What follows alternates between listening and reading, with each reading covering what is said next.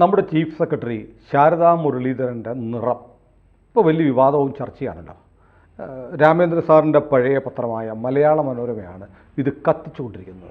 അപ്പോൾ മനോരമയിലെ ഏറ്റവും മുതിർന്ന മാധ്യമപ്രവർത്തകൻ, കേരളത്തിലെ ഏറ്റവും സീനിയർ ജേർണലിസ്റ്റുള്ള ഒരാളായ രാമചന്ദ്രൻ സാർ എങ്ങനെയാണ് ഈ വിവാദത്തെ കാണുന്നത്?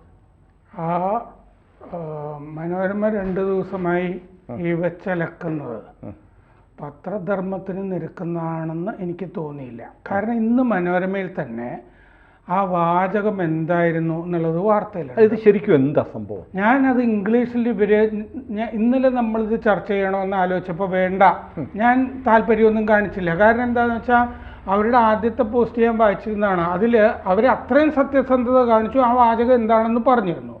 അത് പറഞ്ഞത് എന്താണെന്ന് വെച്ച് കഴിഞ്ഞാൽ ഡോക്ടർ വി വേണുവിൻ്റെയും ശാരദാ മുരളീധരൻ്റെയും ഭരണരീതികളിലുള്ള വ്യത്യാസം എന്താണെന്ന് വെച്ചാൽ ഒന്ന് വെളുപ്പും മറ്റേത് കറുപ്പുമാണ്. അല്ല, ഇപ്പോൾ നമ്മൾ ഇംഗ്ലീഷിലിപ്പോൾ ഒരു ലെറ്റർ, ഒരു സാധനം ഡോക്യുമെൻ്റ് വേണമെങ്കിൽ പറയാറുണ്ട് ബ്ലാക്ക് ആൻഡ് വൈറ്റിൽ വേണം, അല്ലേ? അത് നിറത്തെ ആക്ഷേപിക്കുകയില്ല. ബ്ലാക്ക് ആൻഡ് വൈറ്റിൽ വേണമെന്ന് വെച്ചാൽ വെള്ള പേപ്പറിൽ കറുത്ത മഷി കൊണ്ട് എഴുതി തരണമെന്നുള്ള പരമ്പരാഗതമായ ഒരു ശൈലി പറയുകയാണ്. അത് രേഖ വേണമെന്നാണ് പറയുന്നത്. അതാണ് ഇംഗ്ലീഷിലെ ബ്ലാക്ക് ആൻഡ് വൈറ്റ് എന്ന് പറയുന്ന അർത്ഥമാണ് എനിക്ക് ആ വാചകത്തിൽ നിന്ന് കിട്ടിയത്. വേണുവിൻ്റെ ഭരണം തെളിമയുള്ളതാണെങ്കിൽ ശാരദാ മുരളീധരൻ്റെ ഭരണം ഇരുളടഞ്ഞതാണ് എന്നുള്ള അർത്ഥമാണ് എനിക്ക് കിട്ടിയത്. അതാണ് നമ്മൾ ഇന്നലെ ഇത് ചർച്ച ചെയ്യാതെ പോയത്. അതെ, അത് മാത്രമല്ല നമ്മൾ ചിലപ്പോൾ പറയാം അവർ തമ്മിൽ രാപ്പകൽ വ്യത്യാസമുണ്ട് അവരുടെ സ്വഭാവത്തിൽ എന്ന് പറയില്ലേ? അത് ഒരാൾ കറുത്തതായതുകൊണ്ട് ഒരാൾ വെളുത്തതായതുകൊണ്ട് പറയുന്നതല്ല. സുനിൽ, ഇവരുടെ ശരീരത്തിനെ പറ്റി അല്ലല്ലോ ഈ വാചകം. ഭരണരീതി ഇന്ന് മനോരമയിൽ തന്നെ പറഞ്ഞിട്ടുണ്ട്, ഒരാളുടെ ഭരണരീതി വെളുപ്പായിരുന്നെങ്കിൽ മറ്റേയാളുടെ ഭരണരീതി കറുപ്പാണെന്ന് മനോരമയുടെ വാചകത്തിൽ തന്നെ ഉണ്ട്. അപ്പോൾ കറുപ്പും വെളുപ്പും എന്ന് പറയുന്നത് എന്തിൻ്റെ വിശേഷണമാണ്? ശാരദാ മുരളീധരന്റെ ശരീരത്തിന്റെ വിശേഷണമല്ല, ഭരണരീതിയുടെ വിശേഷണമാണ്. ശരി ശരി, ഇത് ഞാൻ കരുതിയത് സത്യത്തിൽ ഈ വിവാദം ഈ ഇത്രയും അനാശാസ്യമായ വളരെ ഇത്ര മോശപ്പെട്ട വിവാദങ്ങളൊന്നും സത്യം പറഞ്ഞാൽ നോക്കാറുണ്ട്. എന്തോ ഒരു സാധനം നോക്കി ഇന്നിപ്പോൾ എനിക്ക് എല്ലാ പത്രങ്ങളും ഇങ്ങനെ കൊണ്ടാടുന്നു. ഇംഗ്ലീഷ് പത്രങ്ങൾ ഇപ്പോൾ മനോരമയാണിത് ഉണ്ടാക്കിയത്. എന്നിട്ട് ഇങ്ങനെ മനോരമ ഒരു സാധനം ഏറ്റെടുത്താൽ അതും കേരളം മുഴുവൻ ചർച്ച ചെയ്യപ്പെടേണ്ട ഒരു സാധനമാണെന്ന തരത്തിലേക്ക് അവരങ്ങോട്ട് മാനുഫാക്ചർ ചെയ്യും. മാനുഫാക്ചർ ചെയ്ത് അത് പ്രൊപ്പഗാൻഡയാണ്. ആ പ്രൊപ്പഗാൻഡ ഇങ്ങനെ ഏറ്റെടുത്തുകൊണ്ടിരിക്കുകയാണ്. അതുകൊണ്ടാണ് ഞാനിതിപ്പോൾ ഇത് പരിശോധിക്കുകയും നമുക്കിന്ന് സംസാരിക്കാമെന്ന് നോക്കുകയും ചെയ്തത്. അപ്പോൾ എനിക്ക് തോന്നുന്നത് ഇതിപ്പോൾ ഇതിനകത്ത് യഥാർത്ഥ ഒരാൾ അനോണിമസ് ആണ്, ആരാണെന്ന് പറയുന്നില്ല, ആരോ പറഞ്ഞു അല്ലേ? ആ ആളിനെ അവർ സംശയത്തിൽ നിർത്തുകയും ചെയ്തു. കാരണം കേരളത്തിലെ ചീഫ് സെക്രട്ടറിക്ക് ആ ആളാരാണെന്ന് പറയാമല്ലോ. ഒരുപാട് ആളുകളെ അവർ സംശയത്തിൽ നിർത്തേണ്ടതല്ല. ഇനി പറഞ്ഞാൽ തന്നെ അയാൾ ഉന്നയിക്കുന്ന പ്രശ്നം ഈ അഡ്മിനിസ്ട്രേറ്റീവ് രംഗത്തെ ഒരു സ്കില്ലിനെ കുറിച്ചാണെങ്കിൽ ആ ഭാഗത്തെ തമസ്കരിച്ച് ഇതിനെ വിവാദത്തിലൂടെ വഴിതിരിച്ചു വിടാനുള്ള ശ്രമമല്ലേ അതാണ് മനോരമ നടത്തിയത്. അത് ഞാൻ പറയുന്നത് എന്താന്ന് വെച്ച് കഴിഞ്ഞാൽ ഇവരുടെ കാലത്ത് ശാരദാ മുരളീധരന്റെ കാലത്ത് IAS അസോസിയേഷന്റെ പ്രസിഡന്റ് ബി അശോകനുൾപ്പെടെ അദ്ദേഹത്തിന് അപമാനം ഉണ്ടാക്കുന്ന, മാനഹാനി ഉണ്ടാക്കുന്ന വിധത്തിൽ വളരെ ചെറിയ തസ്തികയിലേക്ക് നിയോഗിക്കുകയും അദ്ദേഹം കേസിന് പോവുകയും ചെയ്തിട്ടുണ്ട്. അഡ്മിനിസ്ട്രേറ്റീവ് ട്രൈബ്യൂണലിൽ പോയിട്ടുണ്ട്. N പ്രശാന്തിന്റെ ഒരു കേസുണ്ട്. N പ്രശാന്തിന്റെ കേസിൽ N പ്രശാന്ത് ഇരയാണ് എന്ന് പറഞ്ഞ് ഈ പ്രശാന്തിന് വാദമുണ്ട്. അപ്പോൾ ഈ ശാരദാ മുരളീധരന്റെ ഭരണകാലത്ത് IASൽ തന്നെ കുറച്ച് ഇരകൾ വന്നിട്ടുണ്ട്. അവർ പരസ്യമായി ആക്ഷേപത്തിനും മുതിർന്നിട്ടുണ്ട്. പ്രശാന്തിനെതിരെ ശാരദാ മുരളീധരന്റെ റിപ്പോർട്ടും കാര്യങ്ങളും ഒക്കെ ഉണ്ട്. അങ്ങനെ കുറേ ഇരകൾ ഇവരുടെ ഭരണത്തിൽ സൃഷ്ടിക്കപ്പെട്ടിരിക്കെ ശാരദാ മുരളീധരന് ഇരവാദം ഉയർത്താനുള്ള ധാർമ്മിക അവകാശമുണ്ടോ? ഇതും കൂടി പത്രധർമ്മത്തിൻ്റെ ഭാഗമായിട്ട് പരിശോധിക്കേണ്ടതല്ലേ? അതെന്തുകൊണ്ട് അവരോട് ഇല്ലെങ്കിൽ ഇന്നലെ ഞാൻ TV-യിൽ 2 ഇവരുടെ ഇൻ്റർവ്യൂ കണ്ടു. ഇവരോട് സംസാരിക്കുമ്പോൾ ഇത്തരം കാര്യങ്ങൾ എന്തുകൊണ്ട് ചോദിക്കുന്നില്ല? അഡ്മിനിസ്ട്രേഷൻ എന്നുള്ള വാക്ക് ആ ആള് ഇംഗ്ലീഷിൽ ഇവരോട് മുഖത്ത് നോക്കി പറഞ്ഞാണെന്ന് ഇവർ ഇൻ്റർവ്യൂവിൽ പറയുന്നുണ്ട്. ഈ ആള് സാധാരണഗതിയിൽ അയാൾ ഒരു IASകാരൻ തന്നെയായിരിക്കാനാണ് സാധ്യത. ഇവരുടെ അടുത്ത് വന്നിട്ട് ഇവരുടെ ഭർത്താവിൻ്റെ ഭരണം കൂടി അറിയാവുന്ന ആളാണല്ലോ അയാൾ. അതുകൊണ്ടാണ് പറയുന്നത് നിങ്ങളുടെ രണ്ടുപേരുടെയും ഭരണം തമ്മിലുള്ള വ്യത്യാസം വെളുപ്പും കറുപ്പും തമ്മിലുള്ള വ്യത്യാസമാണ്. നിങ്ങൾ തമ്മിൽ ഭരണം തമ്മിൽ രാപ്പകൽ വ്യത്യാസമുണ്ട് എന്ന് പറയുന്നതിന് അതൊരു വിമർശനമാണ്. അതൊരു ബോഡി ഷേമിംഗ് ആയിട്ട് എനിക്ക് തോന്നുന്നില്ല അങ്ങനെയാണെങ്കിൽ. പിന്നെ ഞാൻ നോക്കുന്നത് ഇതിനകത്ത് ശാരദാ മുരളീധരൻ ആണ് പ്രതി എന്ന് ഞാൻ കരുതുന്നില്ല. ശാരദാ മുരളീധരൻ അങ്ങനെ പറഞ്ഞു എന്ന് കേട്ടിട്ട് അതെടുത്ത് പൊലിപ്പിച്ച് വലിയൊരു ബോഡി ഷേമിങ്ങോ അല്ലെങ്കിൽ റേസിസമോ ഒക്കെ ആയിട്ട് വ്യാഖ്യാനിച്ച മനോരമയാണ് നമ്മുടെ സമൂഹത്തിൽ വിഷകലം. അങ്ങനെയാണെങ്കിൽ മനോരമയ്ക്ക് അതിലൊരു അജണ്ടയായിരിക്കുമല്ലോ ഈ തൗബ കാലത്ത് വേറെ ചർച്ചകൾ വരാതിരിക്കാൻ വേണ്ടി വേറൊരു വഷള് ചർച്ച ഉണ്ടാക്കിയെടുക്കുക എന്നുള്ളതായിരിക്കും. കാരണം ശാരദാ മുരളീധരൻ ഇത് ആദ്യം 4 വാചകമായിട്ടാണ് ഇട്ടിരുന്നത്. ആ 4 വാചകം കഴിഞ്ഞപ്പോൾ ഇത് വേണ്ടിയിരുന്നില്ല എന്ന് തോന്നിയിട്ട് അവർ പിൻവലിച്ചതാണ്. ഞാൻ പറഞ്ഞ അവരെല്ലാം അതിനകത്ത് പ്രതി ഈ മാധ്യമമാണ്. പക്ഷെ മനോരമയുടെ കാര്യം പറഞ്ഞപ്പോൾ തൗബക്കാലമല്ല, മോഹൻലാൽ വഴിപാട് നടത്തിയതുകൊണ്ട് മമ്മൂട്ടി തൗബ ചെയ്യണമെന്ന് അബ്ദുള്ള പോസ്റ്റ് ഇട്ടു. അബ്ദുള്ള പിൻവലിച്ചപ്പോൾ മറ്റേ ഫൈസി ഉണ്ടല്ലോ, ഫൈസി കൂടത്തായി സമസ്തയുടെ, അയാൾ വീണ്ടും ആവർത്തിച്ചിട്ടുണ്ട്. പക്ഷെ മനോരമയിൽ അത് വാർത്തയില്ല. എന്തിന് എൻ്റെ നോട്ടപ്പശ കാണുമെന്ന് എനിക്കറിയില്ല. മറ്റേ ഗാസയിൽ പലസ്തീനികൾ ഹമാസിനെതിരെ പ്രകടനം നടത്തിയത് മനോരമയിൽ വാർത്തയുണ്ടോ? ഇല്ല. ഈ മൃദംഗശൈലേശ്വരി ക്ഷേത്രം പോലുള്ള വാർത്തകളുണ്ടോ? മാത്രമല്ല മനോരമ പത്രം കഴിഞ്ഞ ദിവസം ചില ഇടവകൾ കത്തിച്ചു.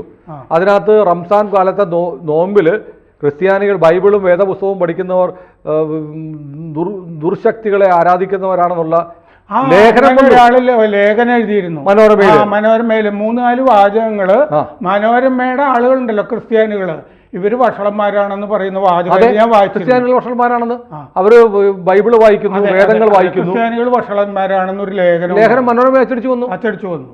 അപ്പൊ ഇതൊക്കെ വിവാദമാവാതിരിക്കാൻ വാചകം ക്രിസ്ത്യാനികൾക്ക് ഇതെല്ലാം ചിലപ്പോൾ വിവാദമാകുമോ എന്ന് ഭയന്ന് മനോരമ ഒരു വിവാദം ഉണ്ടാക്കിയതാണ്. അതിന് പാവപ്പെട്ട ചീഫ് സെക്രട്ടറിയെ ഇരയാക്കി.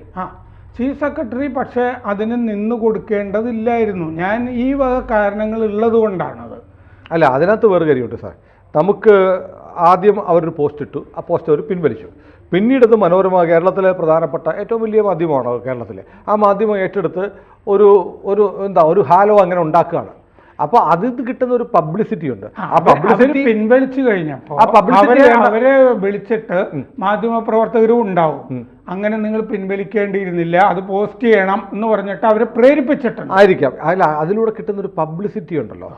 അപ്പോൾ ശാരദാ മുരളീധരൻ ഇപ്പോൾ കേരളത്തിലെ മുഴുവൻ വീടുകളിൽ അറിയപ്പെടുന്ന ആളായിട്ട് മാറി. അങ്ങനെ ഒരു പബ്ലിസിറ്റി ഉണ്ട്. നേരത്തെ നമ്മുടെ ചീഫ് സെക്രട്ടറിയുടെ പേർക്ക് എത്ര പേർക്ക് അറിയായിരുന്നു? അതിൻ്റെ ഒരു 10 മടങ്ങ് ആളുകൾക്ക് ഇപ്പോൾ അറിയാം. വെറുതെ കിട്ടുന്നൊരു ചുളിവിൽ കിട്ടുന്നൊരു പബ്ലിസിറ്റി കിട്ടുന്നുണ്ട്. അത് വേണ്ട എന്ന് വെക്കാൻ അത്ര വലിയ ത്യാഗികൾക്കേ പറ്റൂ. എനിക്ക് പറ്റൂല കേട്ടോ. ഞാനൊക്കെയാണ് ആ പബ്ലിസിറ്റിക്ക് നിന്ന് കൊടുക്കും. അപ്പോൾ അത് കുഴപ്പമൊന്നുമില്ല. പബ്ലിസിറ്റി കിട്ടുന്ന ആർക്കാണ് ഇഷ്ടമില്ലാത്ത? കാരണം നമുക്ക് പ്രത്യേകിച്ച് പരിക്കൊന്നുമില്ലാത്ത ഒരു പബ്ലിസിറ്റിയാണ്. എന്നാൽ ഈ പറഞ്ഞ പോലെ ഒരാളുടെ വ്യക്തിപരമായി നിങ്ങളുടെ ഭർത്താവ് വെളുത്താണ്, നിങ്ങൾ കറുത്തതാണെന്ന് പറഞ്ഞാൽ ഇറ്റ്സ് ഡാമേജ്. അതല്ല സംഭവിച്ചത്, അതാണ് എൻ്റെ പ്രശ്നം. അങ്ങനെയായിരുന്നെങ്കിൽ നമുക്ക് പറയാമായിരുന്നു, നിങ്ങൾ കറുത്തു പോയത് കൊണ്ടാണ് നിങ്ങളുടെ ഭരണം ഇങ്ങനെ ആയതെന്ന് പറഞ്ഞാലും നമുക്ക് സമ്മതിക്കാം. നമ്മളോടൊക്കെ നമ്മുടെ സുഹൃത്തുക്കൾ പറയാറുണ്ട്, നീയും മറ്റവനും തമ്മിൽ നോക്കുമ്പോൾ നിങ്ങളുടെ രണ്ടുപേരുടെയും പ്രവൃത്തി രാപ്പകൽ വ്യത്യാസമുണ്ട് കേട്ടോ. ഉടനെ രാത്രി എന്ന് പറഞ്ഞാൽ കറുപ്പ്, അയ്യോ ഞാനും കറുത്തതാണ്, അപ്പോൾ എന്നെ കറുപ്പെന്ന് പറഞ്ഞ് ആക്ഷേപിച്ചു എന്നൊക്കെ വ്യാഖ്യാനിക്കാൻ തുടങ്ങിയാൽ അത് കൊണ്ടാടാനൊരു മാധ്യമം കൂടി ഉണ്ടെങ്കിൽ ഈ രാജ്യത്ത് ഏതൊരു ആടിനെയും പട്ടിയാക്കാം, പട്ടിയെ പേപ്പട്ടിയാക്കാം, തല്ലിക്കൊല്ലാം. പിന്നെ ഇത് ഏതുമായിട്ടാണ് ഇന്നലെ ചാനലുകളിലെ ചർച്ചയിൽ താരതമ്യം ചെയ്തതെന്നറിയാമോ?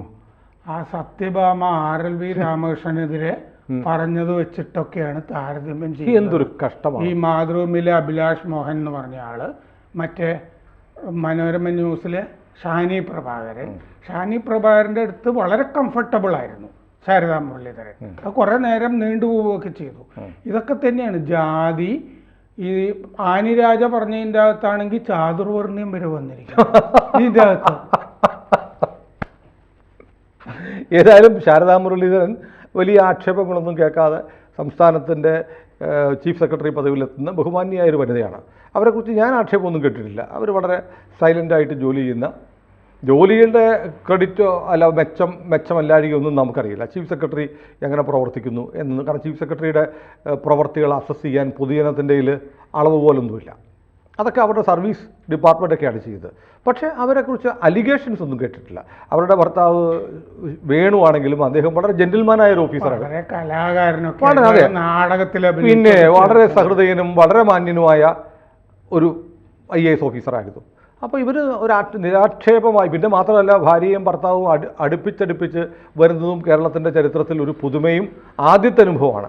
അപ്പോൾ അങ്ങനെയൊക്കെ നമ്മൾ ഇവരോടൊക്കെ നമുക്ക് സ്നേഹവും ബഹുമാനവും ഒക്കെയാണ്. പക്ഷേ ഈ ഒരു വിവാദം ഉണ്ടാക്കിയെടുത്താണ് മനോരമയുടെ ഒരു കുൽസിത ശ്രമത്തിൻ്റെ ഭാഗമാണ്. ഡിസ്കണ്ടന്റ് എന്ന് പറഞ്ഞൊരു ആശയം തന്നെയുണ്ട്. എന്തിന് മനോരമ ഇതുണ്ടാക്കി എന്നുള്ളതിന് ഉത്തരവാണ് മോഹൻലാലിൻ്റെ വഴിപാടിൻ്റെ പേരിലുള്ള വിവാദം വാർത്തയാവാതിരിക്കാൻ, ചർച്ചയാവാതിരിക്കാൻ മനോരമ പത്രത്തിൽ ക്രൈസ്തവരെ ബൈബിളും വേദങ്ങളും വായിക്കുന്നവർ അസാൻമാർഗികളും ദുർനടത്തിപ്പുകാരുമാണെന്ന് മനോരമ പത്രത്തിൽ ലേഖനം എഴുതി അച്ചടിച്ചു വന്നത് ചർച്ചയാവാതിരിക്കാൻ ഒക്കെ വേണ്ടി മനോരമ ഉണ്ടാക്കിയെടുത്ത ഒരു ഉണ്ടയില്ലാ വെടിയാണ്. അതാണ് അതിൽ പെട്ടുപോയി.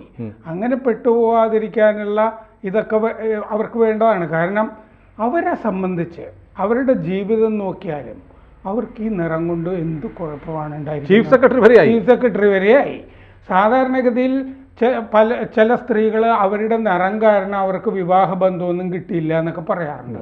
ഇവരുടെതൊക്കെ പ്രണയിക്കാൻ ആളുണ്ടായി, വിവാഹം ചെയ്യാനുള്ളുണ്ടായി. അതും വേണുവിനെ പോലെ സംസ്ഥാനത്ത് ഒരാൾക്ക് കിട്ടാവുന്ന ഏറ്റവും വലിയ പദവിയിലാണ് നിൽക്കുന്നത്. തെരഞ്ഞെടുപ്പ് കിട്ടുന്ന മന്ത്രിമാരെ മാറ്റി നിർത്തിയാൽ ഒരു ഉദ്യോഗസ്ഥന് ഒരാൾക്ക് കിട്ടാവുന്ന ഏറ്റവും ഉയർന്ന പദവി സംസ്ഥാനത്തിൻ്റെ ചീഫ് സെക്രട്ടറിയാണ്. ഞാൻ പറയും വേണ്ടി വന്നാൽ ചീഫ് സെക്രട്ടറി ഒരർത്ഥത്തിൽ പറഞ്ഞാൽ മുഖ്യമന്ത്രിയേക്കാൾ കൂടുതൽ അധികാരമുള്ള ആളാണ്. മുഖ്യമന്ത്രി പറയുന്ന കാര്യങ്ങളൊക്കെ നടപ്പാക്കേണ്ടത് ചീഫ് സെക്രട്ടറിയാണ്.